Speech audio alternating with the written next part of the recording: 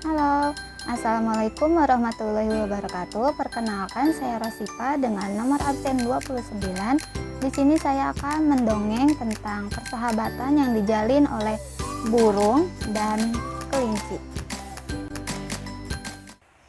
Pada suatu hari, di dalam hutan yang lebat, ada seekor kelinci yang sedang berteduh dari guyuran hujan yang turun begitu deras. Aduh, hujannya besar sekali. Aku harus berteduh agar aku tidak kehujanan. Permisi, ini rumah siapa? Aku izin berteduh ya. Si kelinci berbicara sendiri pada pohon besar. Iya, siapa di bawah? Si burung tersebut jawab sekaligus bertanya di saat yang bersamaan pada si kelinci. Hal itu membuat si kelinci kaget. Ah! Si kelinci kaget sambil sedikit berlompat. Apakah aku mengejutkanmu? Maaf kalau begitu. Iya, tadi aku sedikit kaget, tapi tidak apa-apa. Oh iya, kelinci, apakah ini rumahmu? Iya, ini rumahku. Perkenalkan, aku burung pipit dan kau dari tadi sendirian di bawah pohon ini. Iya, tadi saat aku mencari makan, tiba-tiba hujan, jadi aku terjebak di sini sekarang.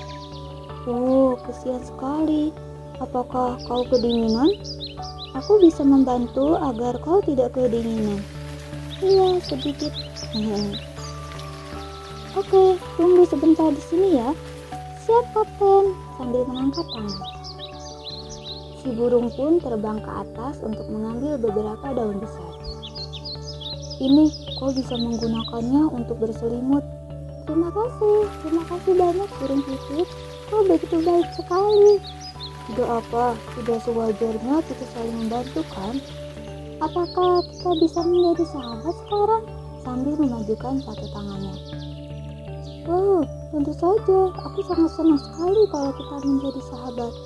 Sambil menyambut tangan si kelinci untuk salaman.